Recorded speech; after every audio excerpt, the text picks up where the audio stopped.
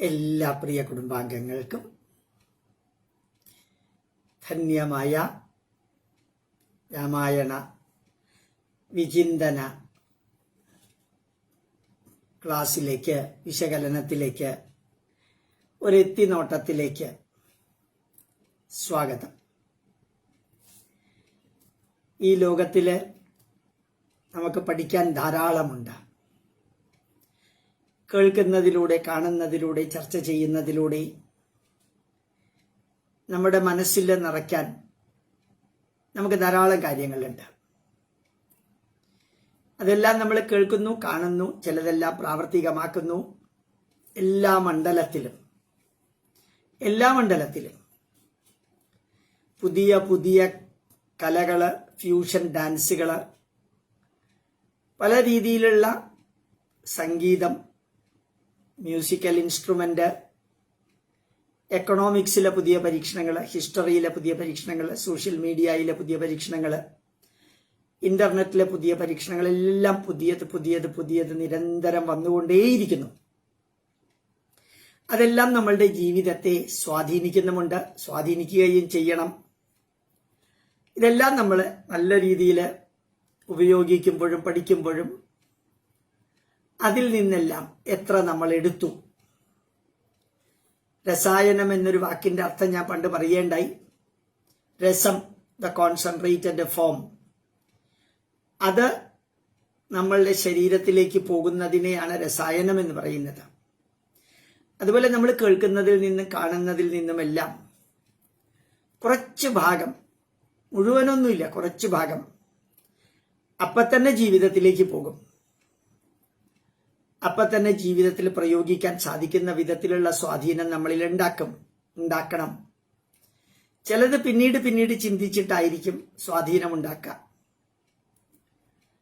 ചിലതെല്ലാം കാലം കുറേ കഴിയുമ്പോഴായിരിക്കും പുറത്തേക്ക് വരിക.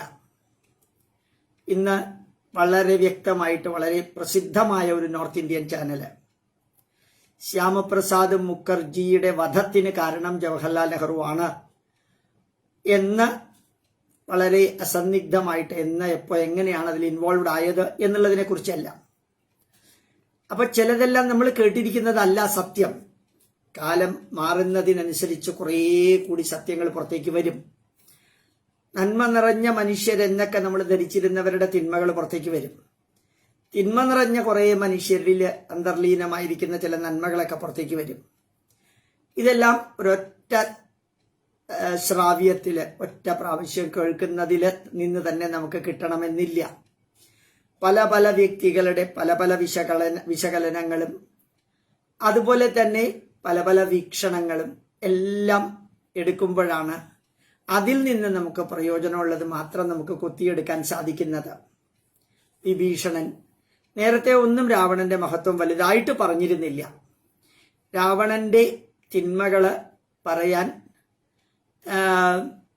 ആണ് അവസരങ്ങൾ ഉപയോഗിച്ചിരുന്നത്. കാരണം രാവണനെ ഉപേക്ഷിക്കാനുണ്ടായ കാരണം, താൻ ലങ്ക ഉപേക്ഷിക്കാനും രാവണനെ ഉപേക്ഷിക്കാനും, രാവണനുമായിട്ട് മിക്കവാറും യുദ്ധമുണ്ടാവാൻ സാധ്യതയുണ്ട്. അങ്ങനെ യുദ്ധം ഉണ്ടാവുകയാണെങ്കിൽ രാമനാണ് ഏറ്റവും വലിയ രാവണന്റെ ശത്രു. യഥാർത്ഥത്തില് രാവണനോട് ശത്രുത തോന്നേണ്ട ഒരു കാര്യമില്ല. രാവണൻ ചെയ്ത തെറ്റിന്റെ പുറത്ത് ആ തെറ്റ് തിരുത്തൽ മാത്രമാണ്. അപ്പൊ ശത്രുത്വം രാമനില്ല രാവണനോട്. ആ ഒരു തെറ്റാണ് രാവണനിൽ കാണുന്നത്.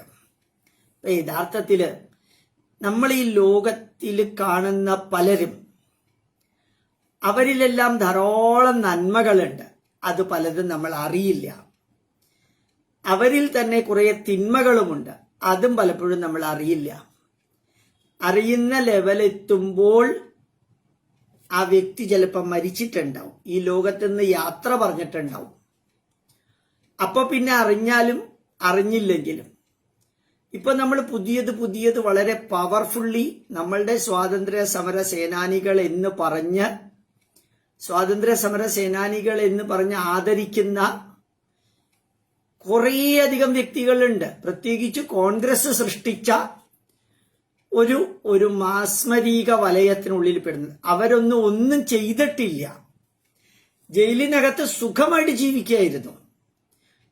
പക്ഷേ വളരെ വളരെ തീവ്രമായ വേദന. ആ തീവ്രമായ വേദന അനുഭവിച്ചവരൊന്നുമല്ലാതെയായി. പക്ഷെ സത്യം അറിയാൻ എത്ര കാലമെടുത്തു എന്ന് നോക്കാം. സ്വാതന്ത്ര്യത്തിന്റെ 75ാം വാർഷികം ആഘോഷിക്കുന്ന ഈ അമൃതോത്സവ വേളയിലാണ് ഭാരതത്തിനു വേണ്ടി ജർമ്മനിയിൽ ഉൾപ്പെടെ, ജപ്പാനിലെ, സിംഗപ്പൂരില്, ബർമ്മയിൽ ഉൾപ്പെടെ സൈന്യത്തെ സൃഷ്ടിച്ച് ഇംഗ്ലണ്ടുകാർക്ക് എതിരെ യുദ്ധം ചെയ്ത വ്യക്തിയുടെ ഒരു ചിത്രം, ഒരു പ്രതിമ, 28 അടി പൊക്കമുള്ള ഒരു കരിങ്കൽ പ്രതിമ, ഏതാണ്ട് 68 ടൺ ഭാരമുള്ളത് വെച്ചപ്പോഴാണ് ഈ മനുഷ്യൻ മറ്റ് രണ്ടുപേരെക്കാളും പ്രാധാന്യമുള്ളതാണല്ലോ എന്നും ജനങ്ങൾ ചിന്തിച്ചു തുടങ്ങുന്നത്. ശരിക്കും പറഞ്ഞാൽ ഒരു തലമുറ എന്ന് പറഞ്ഞാൽ 20, 21, 22, 23, 24, 25 വർഷം എടുക്കുകയാണെങ്കിൽ ഒരു തലമുറ കഴിയുമ്പോൾ നമ്മൾ പലതും മറക്കും. ഉപയോഗിക്കാതെ കിടക്കുന്ന വസ്ത്രം പഴങ്കോടിയാവും. ഉപയോഗിക്കാതെ കിടക്കുന്ന പാലം അത് തകരും തന്നെത്താനെ. ഉപയോഗിക്കാതെ കിടക്കുന്ന വീട് മാറാല പിടിക്കുന്നത് മാത്രമല്ല, അതിനകത്ത് കുറേ അധികം ചൈതന്യങ്ങൾ നഷ്ടപ്പെടും. കുറെ കഴിയുമ്പോൾ അത് ഇടിഞ്ഞു പൊളിഞ്ഞു വീഴാനൊക്കെ തുടങ്ങും. പക്ഷേ സമ്പർക്കമുള്ളത് എല്ലാം നിൽക്കും. പുസ്തകമാണെങ്കിലും, വസ്ത്രമാണെങ്കിലും, വീടാണെങ്കിലും, റോഡാണെങ്കിലും എല്ലാം ചൈതന്യവത്തായിരിക്കും. നമ്മൾ പലപ്പോഴും ഇതൊന്നും ഓർമ്മിക്കാറില്ല. രാമായണം, ഭഗവത്ഗീത, മഹാഭാരതം തുടങ്ങിയതെല്ലാം പുറകോട്ട് പോകുന്നു. ഭാഗവതം ഇടയ്ക്കിടയ്ക്ക് ചില അമ്പലങ്ങളിലുണ്ട്. പക്ഷേ അതിൽ നിന്ന് നമുക്ക് ആവശ്യമായിട്ടുള്ള രീതിയിലല്ല പലതും കിട്ടുന്നത്. ഒരു കഥയും ഭക്തിയും നിറച്ചുകൊണ്ട് കുറെ കാര്യങ്ങൾ പറയുന്നു. പക്ഷേ രാമായണത്തില് വിഭീഷണൻ പറഞ്ഞ രാവണന്റെ ഗുണങ്ങള് കഴിഞ്ഞ ദിവസം 1-2 പേര് പറഞ്ഞിരുന്നു, രാവണൻ ഈ ഗുണങ്ങളൊക്കെ ഉണ്ടോ എന്ന്. ശരിക്കും രാവണന് 10 തലയല്ല, 10 തലയുടെ കപ്പാസിറ്റിയാണുള്ളത്. അത്രയും കാര്യങ്ങൾ പഠിച്ച ആളാണ്. 4 വേദങ്ങൾ പഠിച്ച ആളാണ്. 6 വേദാംഗങ്ങൾ പഠിച്ച ആളാണ്. അതെല്ലാം പഠിച്ചത് കൂടാതെ ആയുർവേദ ഗ്രന്ഥങ്ങൾ എഴുതിയ ആളാണ്. തന്റെ 1 മിനിറ്റ് പോലും ജീവിതത്തിൽ കളയാത്ത ആളാണ്. രാക്ഷസീയ സുഖങ്ങളെല്ലാം അനുഭവിക്കുന്ന കൂട്ടത്തില് യജ്ഞോപവീതമിട്ട പൂണൂലിട്ട വേദമന്ത്രം പഠിച്ച രാക്ഷസീയ സ്വഭാവമുള്ള ഒരു വിശ്രവസ പുത്രോ രാവണോ നാമ രാക്ഷസ. വിശ്രവസ എന്ന് പറയുന്ന ഉജ്ജ്വലനായ ഋഷിയുടെ മകനാണ്. തപസ് ചെയ്ത ആളാണ്. ഈശ്വരനെ പ്രത്യക്ഷപ്പെടുത്തിയ ആളാണ്. ഇന്ന് ഞാൻ ഈ ക്ലാസ് എടുക്കുന്നതിന് മുമ്പ് നമ്മളുടെ ശ്രീ എം എന്ന് പറയുന്ന ഒരു സാധകൻ, ഋഷി തുല്യനായിട്ടുള്ള വ്യക്തി, എം എന്ന് പറഞ്ഞാൽ മുഹമ്മദ്, അദ്ദേഹം ഗുരുവായൂരിൽ ചെന്നപ്പോൾ ഗുരുവായൂരപ്പൻ അദ്ദേഹത്തിന് പ്രത്യക്ഷമായതിന്റെ ഒരു വിവരണമൊക്കെ കൊടുക്കുന്നുണ്ടായിരുന്നു. അതുമാതിരി തന്നെ ഈശ്വരനെ പ്രത്യക്ഷപ്പെടുത്തിയ പാർട്ടിയാണ് രാവണൻ. അല്ലാണ്ട് അസുരന്മാരെയും രാക്ഷസന്മാരെയും പ്രത്യക്ഷപ്പെടുത്തിയിട്ട് അനുഗ്രഹം വാങ്ങിച്ച ആളല്ല. ബ്രഹ്മാവിഷ്ണു മഹേശ്വരന്മാരിൽ തന്നെ പ്രത്യക്ഷനായിട്ട് 3 സഹോദരന്മാർക്ക് അനുഗ്രഹം കിട്ടിയതാണ്. കഥയാവട്ടെ യാഥാർത്ഥ്യമാകട്ടെ, വസ്തുത അവരുടെ ചരിത്രത്തിൽ അതാണ്. അപ്പൊ എല്ലാ നന്മകളും തികഞ്ഞ വ്യക്തികള്, അവരില് സൂക്ഷ്മമായിട്ട് നമ്മൾ അന്വേഷിക്കുകയാണെങ്കിൽ അവരിൽ തിന്മകൾ കാണും.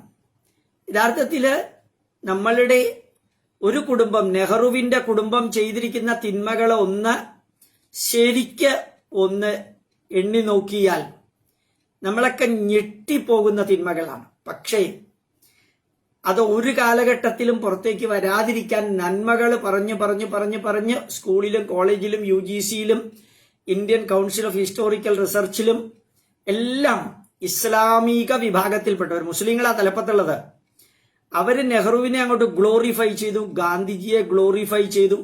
500 വർഷം മുസ്ലിങ്ങള് ഈ ഭാരതത്തിൽ നടത്തിയ നരനായാട്ടിനെ അങ്ങോട്ട് കവർ ചെയ്തത് ഇല്ലാത്ത മഹത്വം ഈ 2 പേരുടെ തലയില് കിരീടം മാതിരി വെച്ചു കൊടുത്തതാണ്. പിന്നെ ഡച്ചുകാരും ഫ്രഞ്ചുകാരും പോർച്ചുഗീസുകാരും അതൊന്നും പുറത്തേക്ക് വരാതിരിക്കാൻ സ്വാതന്ത്ര്യത്തിന്റെ മാത്രം ചരിത്രം കൊടുത്തത് ഇവരുടെയൊക്കെ തലയിൽ വെച്ചു കൊടുത്ത കിരീടമാണ്. എന്നെങ്കിലും സത്യം പുറത്തേക്ക് വരും. അതുപോലെയാണ് ഇവിടെ രാവണന്റെ എല്ലാ നന്മകളും വിഭീഷണൻ പറഞ്ഞുകൊണ്ട് അവസാനം എനിക്ക് ഗുരുവാണ് രാവണൻ എന്ന് വിഭീഷണൻ പറയുന്നു. എനിക്ക് ധർമ്മത്തിന്റെ പ്രതീകമാണ് രാവണൻ. അദ്ദേഹം ധർമ്മമേ, രാക്ഷസീയ ധർമ്മമാണെങ്കിലും ധർമ്മമേ അനുഷ്ഠിച്ചിട്ടുള്ളൂ. അദ്ദേഹം ധാരാളം സുഖഭോഗങ്ങൾ അനുഭവിച്ചിട്ടുണ്ടെങ്കിലും മറ്റുള്ളവർക്ക് മറ്റത് പങ്കുവച്ചിട്ടുണ്ട്. എല്ലാവരുടെയും നന്മകൾ അദ്ദേഹം ആ കാര്യത്തിൽ ശ്രദ്ധിച്ചിരുന്നു. അദ്ദേഹത്തിന്റെ ജോലിക്കാര്, അദ്ദേഹത്തിന്റെ കൂടെ പ്രവർത്തിക്കുന്നവരൊക്കെ സന്തുഷ്ടരായിരുന്നു. സന്തോഷകരമായിട്ട് തന്നെ മക്കളെ വളർത്തിയിരുന്നു രാവണൻ. അവർക്ക് എല്ലാ വിദ്യാഭ്യാസവും കൊടുത്തിരുന്നു രാവണൻ. അദ്ദേഹത്തിന്റെ കുടുംബജീവിതം ധന്യമായിരുന്നു. ഇങ്ങനെ നല്ലത് മാത്രമേ പറയാനുള്ളൂ. ഇത് വിഭീഷണൻ മാത്രമല്ല പറഞ്ഞത്. കുറച്ച് കാര്യങ്ങള് രാമൻ ലക്ഷ്മണനോട് പറയുന്നുണ്ട്. രാവണൻ ഇങ്ങനെ യുദ്ധത്തിനായിട്ട് നടന്നു വരുമ്പോ, ലക്ഷ്മണ, നമ്മളുടെ മുമ്പിൽ ഇപ്പൊ നമ്മൾ നിൽക്കുന്നത് രാവണന്റെ മുമ്പിലാണ്. രാവണൻ ഒരു രാക്ഷസനാണ്, ആസുരിക ശക്തിയുള്ളവനാണെങ്കിലും വളരെ വളരെ വളരെയധികം അറിവുള്ളവനാണ്, പണ്ഡിതനാണ്, വേദപണ്ഡിതനാണ്, വളരെയധികം പൈതൃക സ്വത്തിന്റെ അവകാശിയാണ്.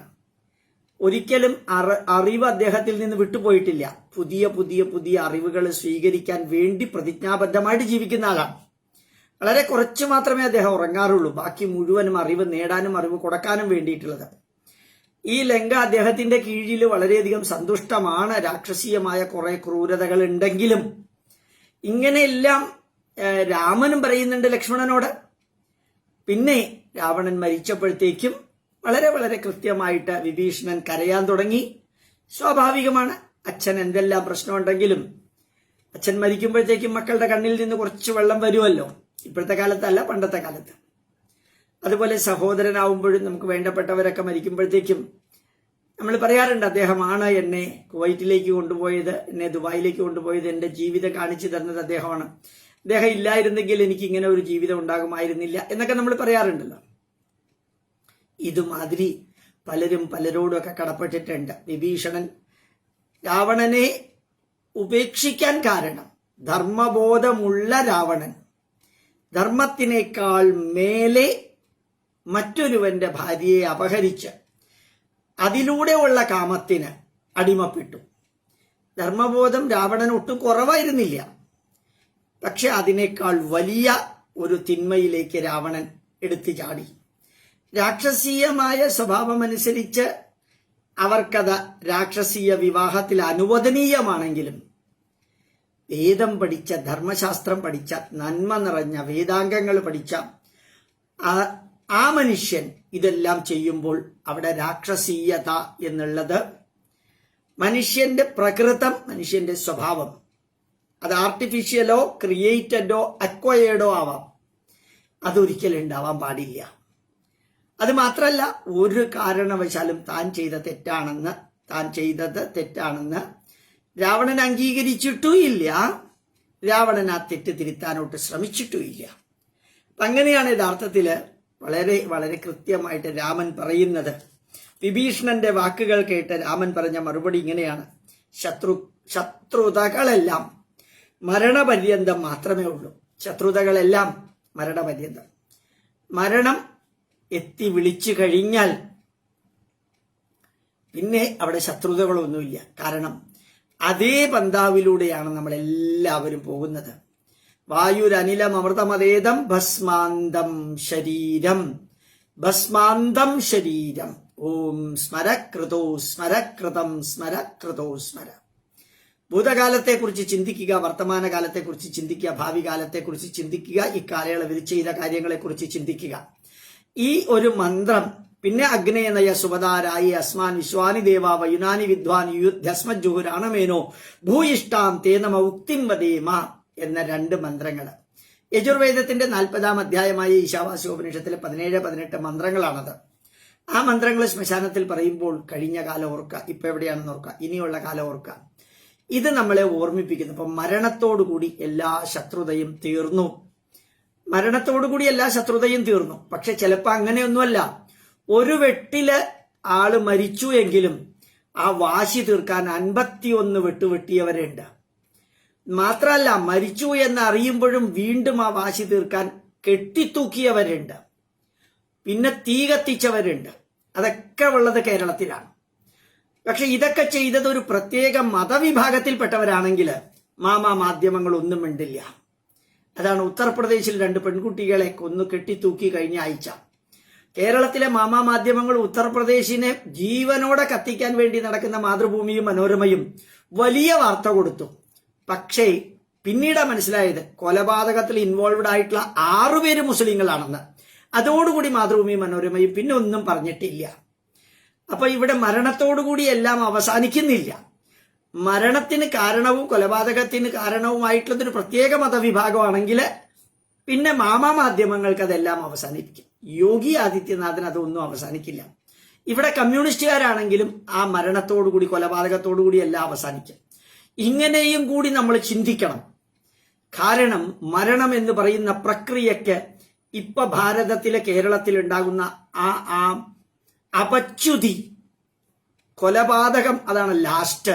ആ കൊലപാതകത്തെ എത്ര നിസ്സാരമായിട്ടാണ് കേരളം എടുക്കുന്നത്.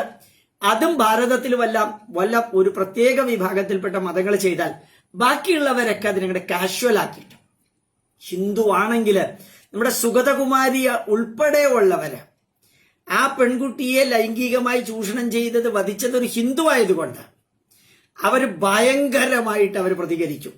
അവർ ജീവിച്ചിരിക്കുമ്പോ കേരളത്തിൽ 2 കുട്ടികളെ കെട്ടിത്തൂക്കിയപ്പോ അവർ മിണ്ടിയതേയില്ല.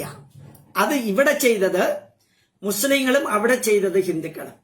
മരണം, രാവണന്റെ മരണം മാത്രമല്ല, നമ്മുടെ ജീവിതത്തിൽ നമ്മൾ കേൾക്കുകയും കാണുകയും ചെയ്യുന്ന മരണങ്ങളെല്ലാം ഇതേപോലെയുള്ള മരണവുമായിട്ടൊന്ന് താരതമ്യം ചെയ്യണം. പക്ഷേ നിയമത്തിന്റെ വ്യാവഹാരിക ധാർമ്മിക ലോകമുണ്ട്. അവിടെ രാവണൻ ചെയ്തത് തെറ്റ് തന്നെയാണ്. അവിടെ രാവണൻ ചെയ്തത് മരണം വരെയേ ഉള്ളൂ, വാശിയും വൈരാഗ്യവും, അതൊക്കെ വേറെ പ്രശ്നം. പക്ഷെ ആ രാവണൻ ചെയ്തതിൽ രാമന് ദുഃഖമൊന്നും തോന്നിയില്ല. എന്തേ കാരണം? ധാർമ്മികത. അതാണ് കാശ്മീരിലെയും, അത് തന്നെയാണ് വയനാട്ടിലെയും, അത് തന്നെയാണ് വണ്ടിപ്പെരിയാറിലെയും, അത് തന്നെയാണ് ഓരോ ഒഞ്ചിയത്തെയും കൊലപാതകത്തിന്റെ പുറകിലുള്ളതിന്റെ വികാര വിചാരങ്ങൾ ഉണ്ടാവേണ്ടത്. ഇപ്പൊ ശത്രുത്താക്കളെല്ലാം മരണപര്യന്തം വരെ ഉള്ളൂ, നമ്മുടെ ആവശ്യം നിറവേറിക്കഴിഞ്ഞു. രാമൻ പറയാണ്, അദ്ദേഹം കീഴടങ്ങിയിരുന്നെങ്കിൽ ഇതൊന്നും സംഭവിക്കുമായിരുന്നില്ല.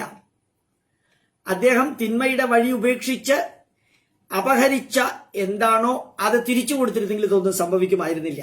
ഈ രാവണൻ നിനക്ക് എങ്ങനെയാണോ അതേപോലെയാണ് എനിക്കും എന്നറിഞ്ഞാലും ഇപ്പോ, നേരത്തെ അല്ല, ഇപ്പോഴാണ് നിനക്ക് എങ്ങനെയാണോ അതേപോലെയാണ് എനിക്ക്.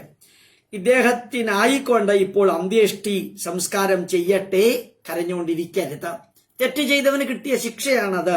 രാവണവധത്തിന് ശേഷമുള്ള വിഭീഷണന്റെയും രാമന്റെയും വാക്കുകളിൽ എന്താണ് നമുക്ക് ഉൾക്കൊള്ളാൻ സാധിക്കുന്നത്? വിഭീഷണന്റെ വാക്കുകളിൽ ജ്യേഷ്ഠനോടുള്ള സ്നേഹം അണപൊട്ടി ജ്വലിക്കുന്നത് കാണാം.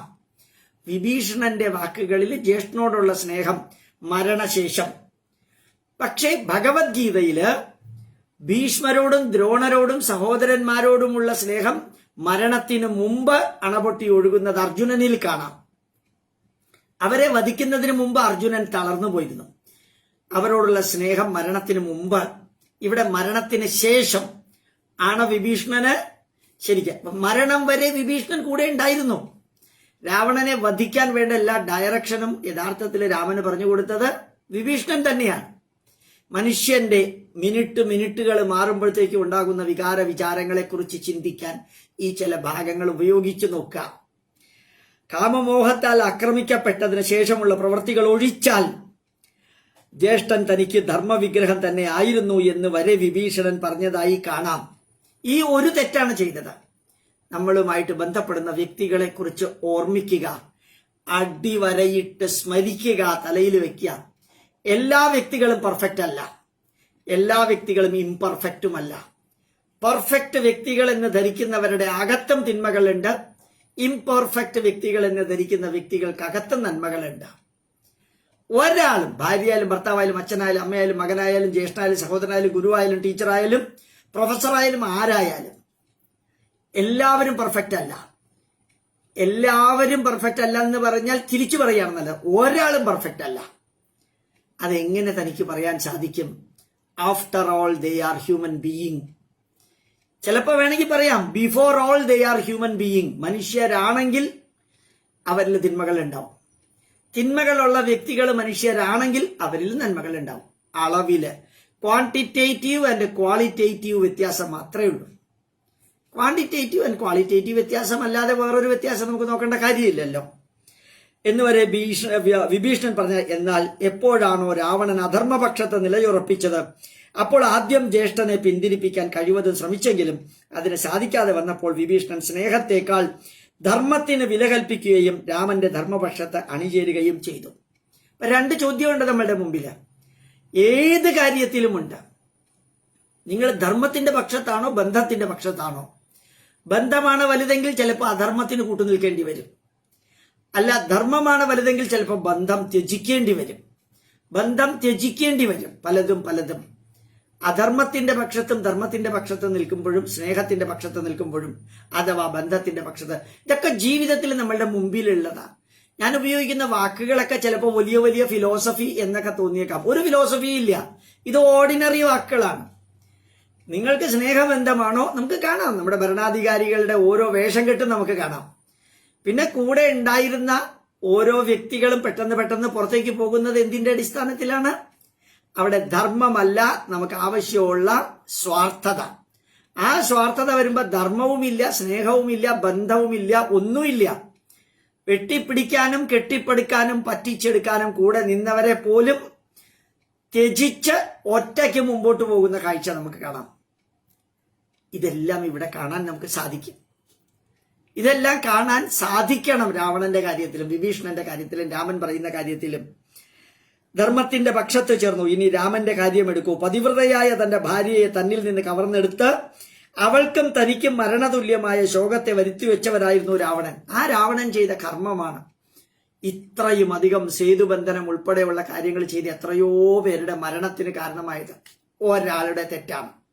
നമുക്ക് വേണമെങ്കിൽ പറയാം ഒരു തെറ്റല്ലേ അയാൾ ചെയ്തിട്ടുള്ളൂ എന്ന്. പക്ഷെ ആ ഒരാളുടെ തെറ്റ് കാരണം സംഭവിച്ചത് ധാർഷ്ട്യത്തിന്റെയും അഹങ്കാരത്തിന്റെയും രാക്ഷസീയതയുടെയും എല്ലാം തെറ്റിൽ ചെന്ന് പരിണമിച്ചത് കൃത്യമായിട്ട് അനവധി വ്യക്തികളുടെ മരണത്തിലായിരുന്നു. ആ ദ്വേഷം രാവണന്റെ മരണത്തോടെ അവസാനിക്കുകയാണ്. രാവണവധം എന്ന ധർമ്മകൃത്യത്തിന് അധീനമായിരുന്നു ആ ദേഷ്യവും എന്നർത്ഥം. ഇങ്ങനെ സ്നേഹത്തിന്റെയും അവിദ്വേഷത്തിന്റെയും വൈദിക ഭാഷയിൽ പറയുന്ന ആ ബന്ധം വിശകലനം ചെയ്തെടുക്കുമ്പോഴേ മനസ്സിലാവുള്ളൂ.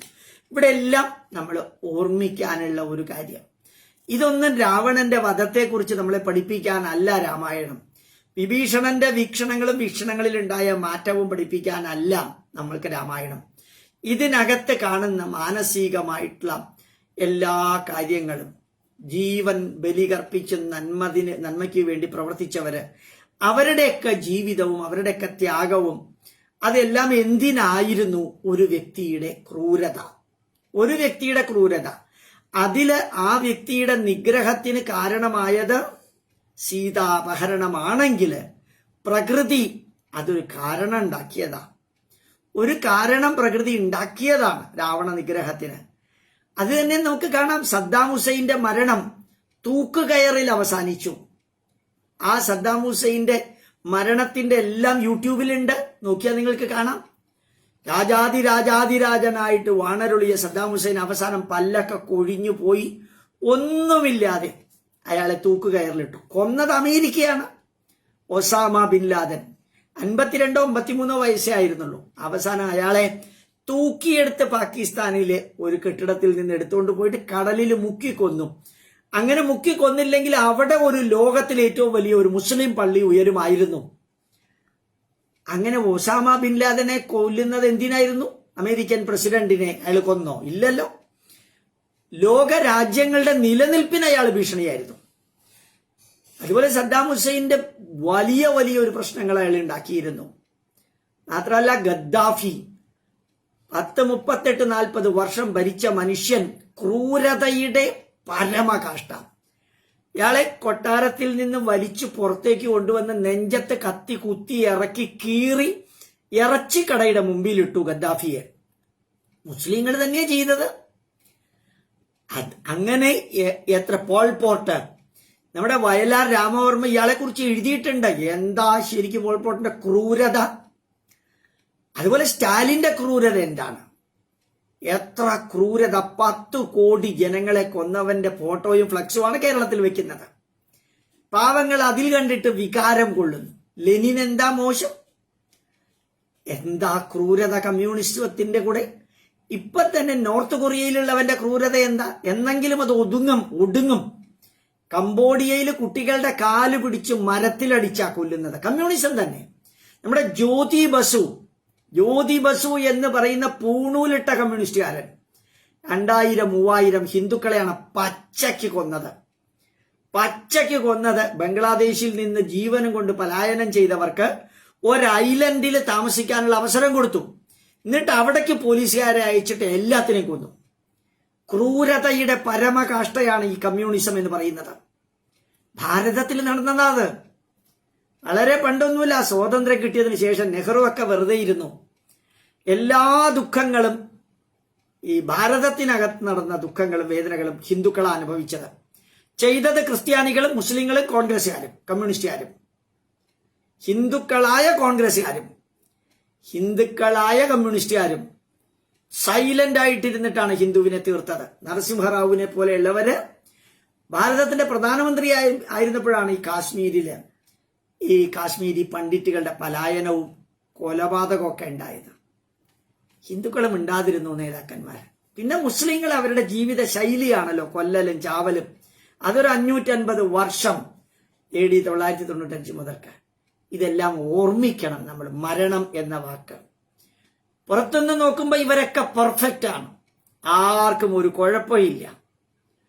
ഇവരൊക്കെ സ്നേഹത്തിന്റെയും ആദരവിന്റെയും ബഹുമാനത്തിന്റെയും ഒക്കെ പ്രതീകങ്ങളാണ്. ഉള്ളിലേക്ക് ഇറങ്ങി ചെല്ലുമ്പോഴാണ് ഇനിയൊരു ജന്മമുണ്ടെങ്കിൽ ഇവരോടൊക്കെ പകരം ചോദിക്കാനായിട്ടുള്ള ആയുസ് തരണമേ എന്ന് പറയുന്നത്.